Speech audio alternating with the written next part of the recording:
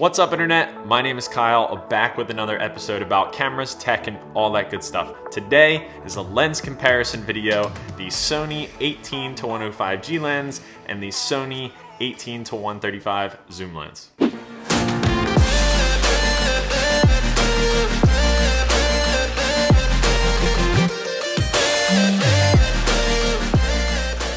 Alright guys, so a couple of things.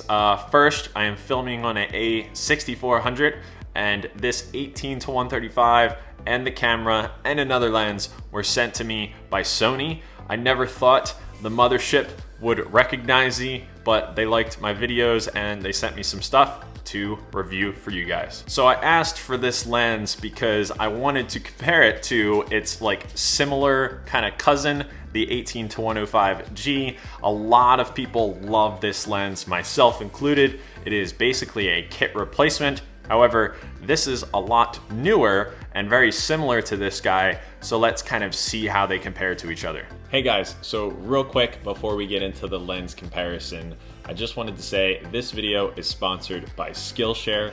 If you guys don't know what Skillshare is, it's basically an online library of learning classes about photography, web design, pretty much anything under the sun. There are over 7 million creators using Skillshare, and if you guys use the link in the description, you will get your first 2 months free. It's the first 500 people that sign up through that link. Skillshare is normally just 10 bucks a month, and for what the kind of resource it is, I feel like that is super cheap. You can basically learn any type of new skill within just a matter of a few videos. It's very structured. You see an outline of the video on the side, and the creators have been approved by Skillshare, so they are legit. Full disclosure, I would never talk about something that I don't use myself. I use Skillshare. I use it to learn more about Final Cut. I actually just used some shortcuts I just learned from Skillshare making this video. I highly recommend it. It's a really cool resource. It's cheap, and if you sign up below, like I said, first 500 people get their first 2 months free.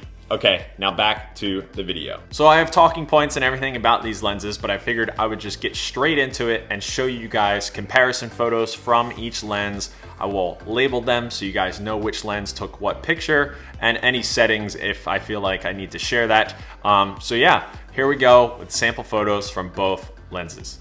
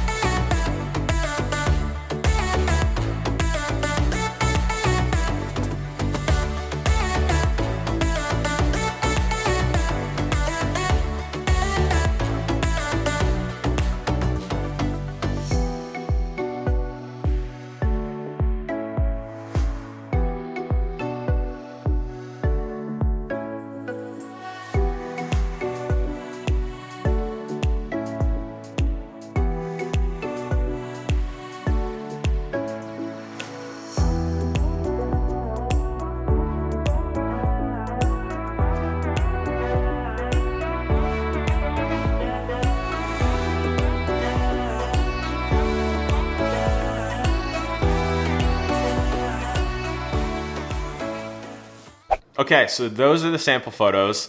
What are you thinking? What are you thinking right now? Do you like one versus the other? So what was really interesting is I was really surprised how well the 18-135 did in the sample photos. I didn't expect it to be such a good lens, to be honest with you. This is somewhat called a kit replacement. You can get this partnered up with, like, say, the 6400 for $100 cheaper, which is pretty cool.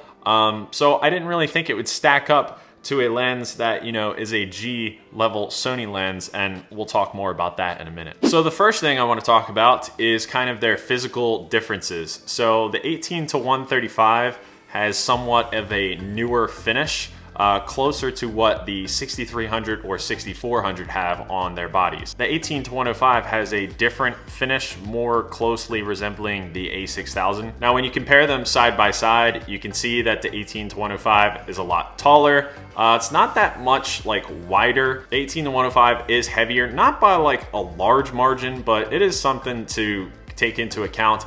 And then once you zoom in the 18-135, it is a little bit longer than the 18-105. So it does get bigger when you zoom in. However, the 18-105 does not expand when you zoom in. Now, a big difference between the two lenses is one is a power zoom and one is not.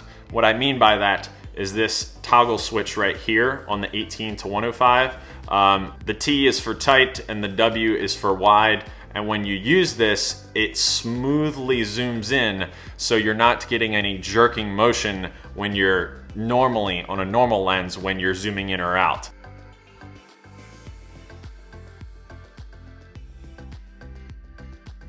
And the last difference is the 18-105 has a autofocus, manual focus switch. The 18-105 does not have that. It just has the power toggle. So the 18-135 came out in January of 2018. So it's a relatively new lens. It's 11.5 ounces or 1.08 pounds. And it is a 55 millimeter filter thread on the front. Now the 18-105 on the other hand, and ignore our dent on this thing, it's been used a lot, is a little heavier. It is 15 ounces or 1.5 pounds. Its front filter thread is 72 millimeters. And this also is a lot older. It came out in August of 2013. Now the 135 has a maximum aperture of like 36 or something crazy like that. Now the 135 is a variable aperture lens. What do I mean by that? These little numbers tell us. So on the 18-135, you can see here its aperture range. So at 18 millimeters, it can go down to 3.5.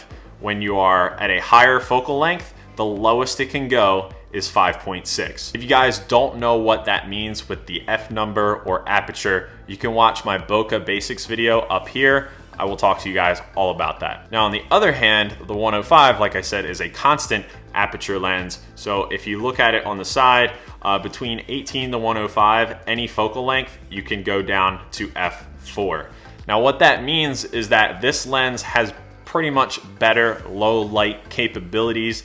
Not by like a long shot, but it is important to consider if you do video or photo in low light. This lens is a little bit better. It is not a like extreme performer, like a great performer in low light, but it is going to be a little bit better than the 18-135. Okay, so both of these lenses are zoom lenses. They range from 18-135 and 18-105. Both of these lenses are made for APS-C cameras, so the 6000, 63, 64, 6500. They will fit on a full frame camera, but they are designed for the APS-C Sony cameras. Also, both lenses have the same minimum focusing distance. It's not very good. It is 1.5 feet. So both lenses have the ever so coveted Sony optical steady shot. What is that? If you don't know, it is image stabilization in the lens. The A6400, 6000, 6300, they don't have stabilization on the sensor. So these lenses will help you have steadier hands, so to speak, digitally with the technology in the lens. It will eliminate a little bit of micro jitters, especially in video when you're at longer focal lengths. Now, as for price for both of these, they were a lot different when this just came out. However, they've grown closer in price now that they have both been out for a little while. As of filming this video, the 18-135 is about $500 US on Amazon. Like I said earlier in the video, if you get this lens as the kit lens with say the 6400, you do save $100. So it's a pretty awesome deal when you pair it with a camera for a first time purchase. Now the 18-105 is a G lens, which stands for a gold standard lens in Sony world. It basically means that it's pretty awesome. Like I said, both of these lenses are awesome. However, Sony does rate this lens as a higher quality lens. It's not a kit lens or a normal lens. It is a G rated lens, and that comes with a price tag. This is $550 on Amazon right now. Okay, so after seeing sample images, after talking about the build quality, the price, and the specs and all that stuff, what do you guys think? Which lens would you buy if you didn't have any of them? If you have one, are you gonna switch to the other? Yeah, let me know your thoughts in the comments. Me personally, I feel like if I was just starting out all over again, I didn't have all this stuff, and I just got an A6000 kind of series camera, any one of them, I might pick the 18-135. It's kind of surprised me how good the images are out of something called a kit lens, and plus you would save some money if you got that lens with a camera to, from Jump Street. On the other hand, I feel like if I could pick one of these lenses right now to put in my kit, I would stick with the 18-105G f4. I feel like the constant f4 is just such a perk. I wouldn't want to lose that and trade it off for a variable aperture. Although, like I said, I was very shocked by what the 18-135 can produce. So yeah, it's up to you what you kind of value. Do you want a constant aperture lens? Do you want a power zoom lens? Or do you want a smaller lens until it's extended, lighter lens, and something that gives you a little bit more reach? One thing I did find interesting, which I feel like will be null and void soon, is the 135 doesn't show you the focal length on the screen when you're zooming in, whereas the 18-105G lens does. And I really like that. I like knowing what focal length I'm at when I'm taking a photo. And I think it's going to happen in a firmware update in the future for the 18-135. But yeah, those are my final thoughts. I think it's definitely close. It's just what you value is up to you, light and longer focal length, or lower aperture and power zoom, and maybe a little bit better build quality with the 18-105. Okay, so that about does it for this video. Hopefully you guys enjoyed it. I love doing lens comparisons. It's a lot of work, but it's a lot of fun too. And again, shout out to Sony and Lens Rentals. Thank you so much for kind of making this video possible in the first place. I really appreciate it, and it's a lot of help for me, and it's a lot of help for the people that I make videos for. All right, guys, that is it. Let me know all your thoughts. Let's discuss in the comments about what you may or may not get, and I will see you guys in the next episode. Later.